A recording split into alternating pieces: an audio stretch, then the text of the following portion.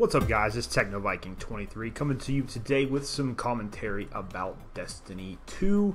It's been a long time since we've actually talked about Destiny 2, and this is a game that is, for the most part, pretty dead in the water right now, and there's really been no reason for me to comment on anything with this game or Bungie up until this point, because there's some stuff going on right now within the Destiny 2 community that I felt like I just needed to kind of come out and finally discuss a few things that are going on with this game. I've largely been staying away from Destiny 2 just because I didn't want to give it any attention.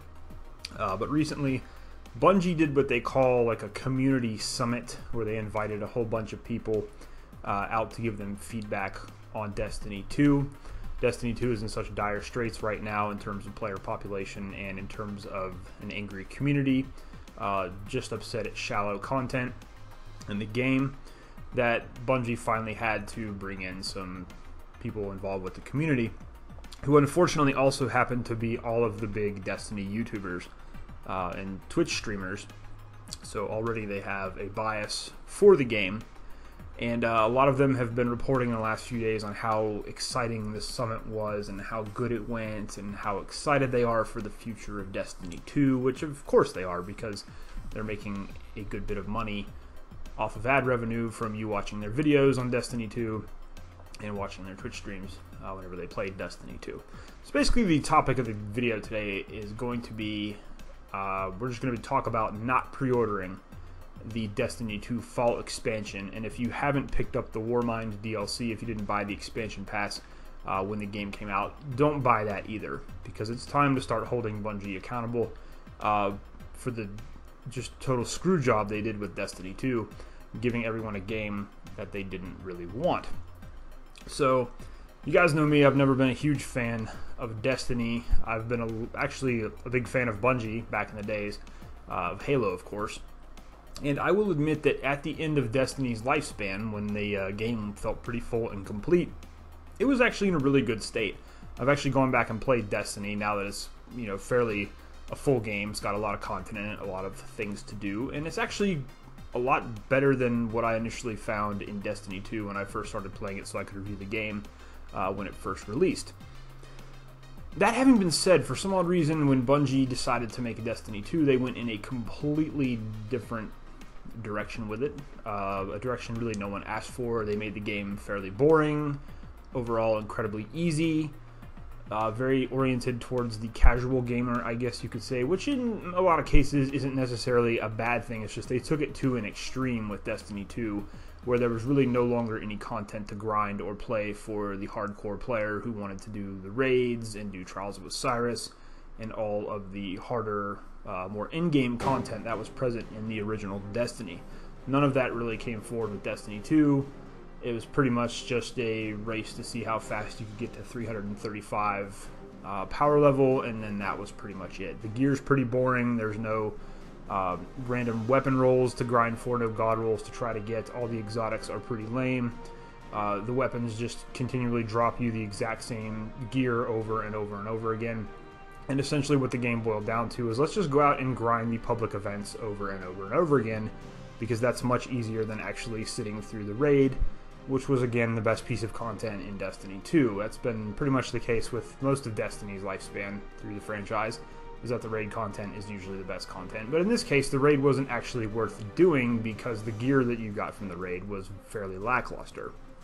So again, for some odd reason, we got this game that no one really asked for. And so over the last few months, Bungie has been dealing with a lot of flack and a lot of feedback from the community. The player base for this game has plummeted since it originally launched, and even a lot of the YouTubers started to jump off the boat, and I think that's what's finally getting Bungie to try to get their act together, I guess. There were a few diehards who stuck by the game and continue to try to defend it and its completely lackluster content and its rip-off job of charging $100 for a AAA title, which feels like a 50% finished game. But for the most part, a lot of the YouTubers actually started to come out and say some negative things about the game. So Bungie went ahead and did something they called the developer roadmap, and they talked about all the positive changes they're going to make to Destiny 2 and supposedly fix the game and make it better to bring players back. That really hasn't helped things, because all the roadmap really does is say, here's what we're doing to make Destiny 2 Destiny. They're essentially going back and going to try to put in all the stuff that they took out from Destiny to Destiny 2. You know, giving you back some 6v6 PvP modes, working on some of the weapons. You know, just it's hilarious because now we've waited, you know, several months, and Bungie's answer to fixing a completely broken game is to just making it what it used to be. Instead of just continuing what they already had, they decided to just do this brand new thing, screw it up completely, and now they're saying, oh, guess what, we screwed up, and now you're going to have to wait till the fall for us to completely bring this game back into the mode that Destiny originally was. And of course you had the Curse of Osiris DLC, which everyone, all the YouTubers, they said, oh, just wait till the DLC comes out, it's going to make the game better. The Curse of Osiris, from what I played of it, was incredibly boring. It was actually worse than the Dark Below DLC for the original Destiny. And if I remember the story missions right, it was basically shoot 10 or 20 enemies and then walk like 6 miles to the next waypoint, and then kill 20 more enemies, and then walk 6 miles to the next waypoint. And there was just so much artificial stuff put in there to just increase your playtime. DLC only took a couple hours to get through the main story, but that's only because you had to spend so much time in these boring missions just walking from point A to point B, not really actually doing anything that felt meaningful. Again, a problem they've had with this game since day one is just putting meaningful content into the game. It's why everybody just goes and grinds public events to gear up and, you know, gets their character to max light in like 3 days if they just started, because it's just easier to go grind public events to get the gear drops. So we go to this final thing, which is the Bungie Community Summit. After they put out this roadmap, it got a very lackluster response. Now we're on the eve of the second DLC launching, which is called the Warbind, which is, if you bought the expansion pack, the second DLC that you get besides Curse of Osiris. And so they brought all the Destiny YouTubers and big streamers out to Bungie to take a look at everything and get their feedback for what the community wants to see in the game. This is where the really funny stuff happens here, because all these Destiny YouTubers are now on doing their little feedback videos talking about, oh, this is what, you know, this is what happened, and the summit was really, really good, and it was awesome, and there's all this really cool stuff that Bungie's working on, and they're listening to you guys, and they really want to put your feedback into the game, and they're going to do so much to fix this game, and you know, we got a teaser of some of the DLC, and the fall DLC is going to be absolutely amazing.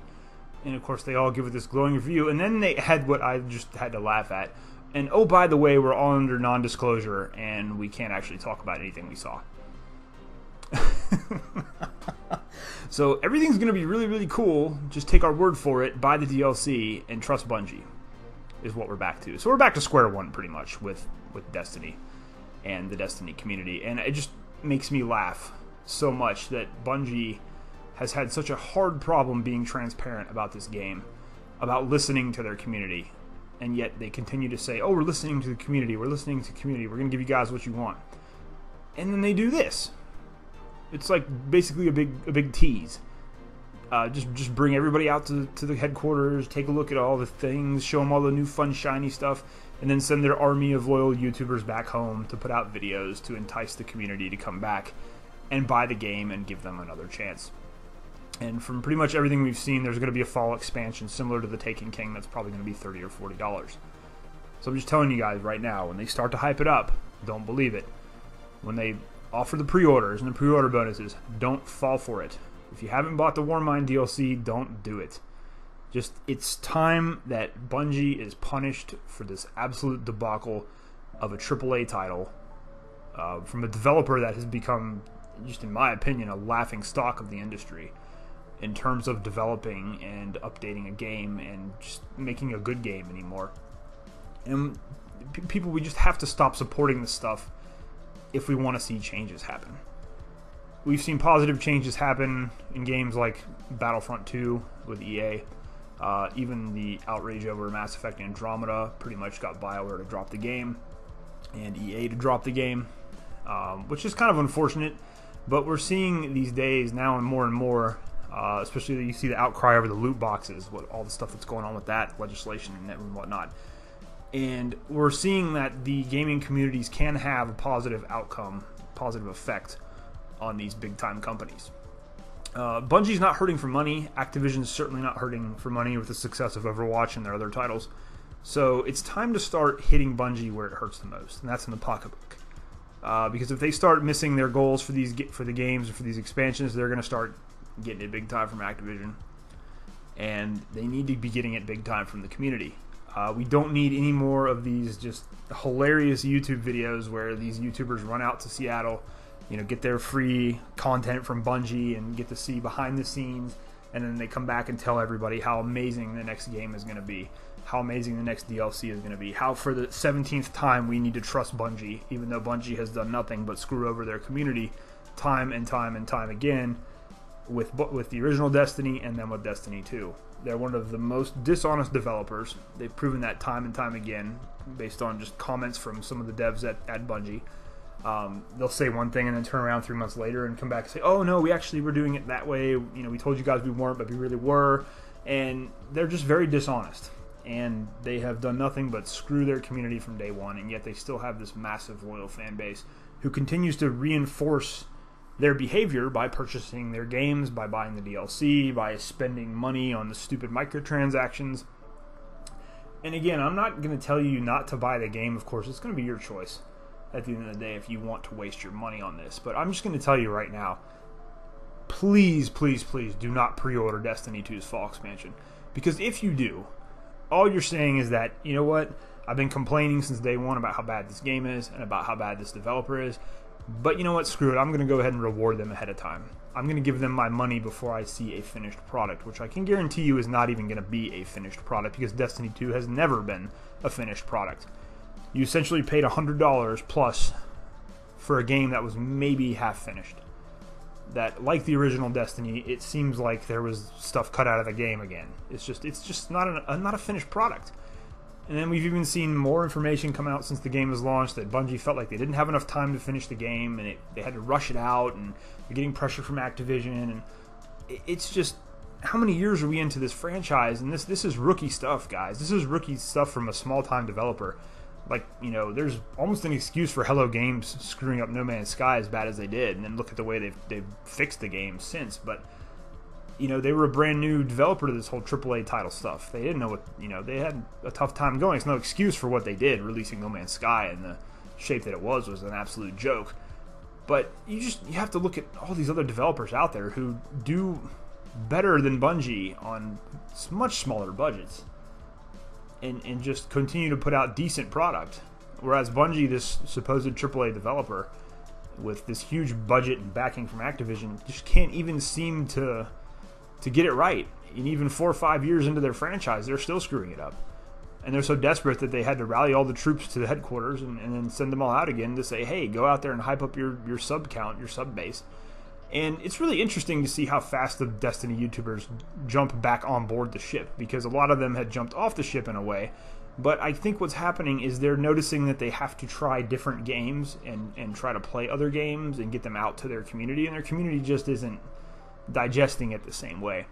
They've probably seen their revenue fall a little bit, and they're starting to panic a little bit because, hey, I can't make videos and play video games all day anymore for a living. I may have to go out and get a decent job and do something else.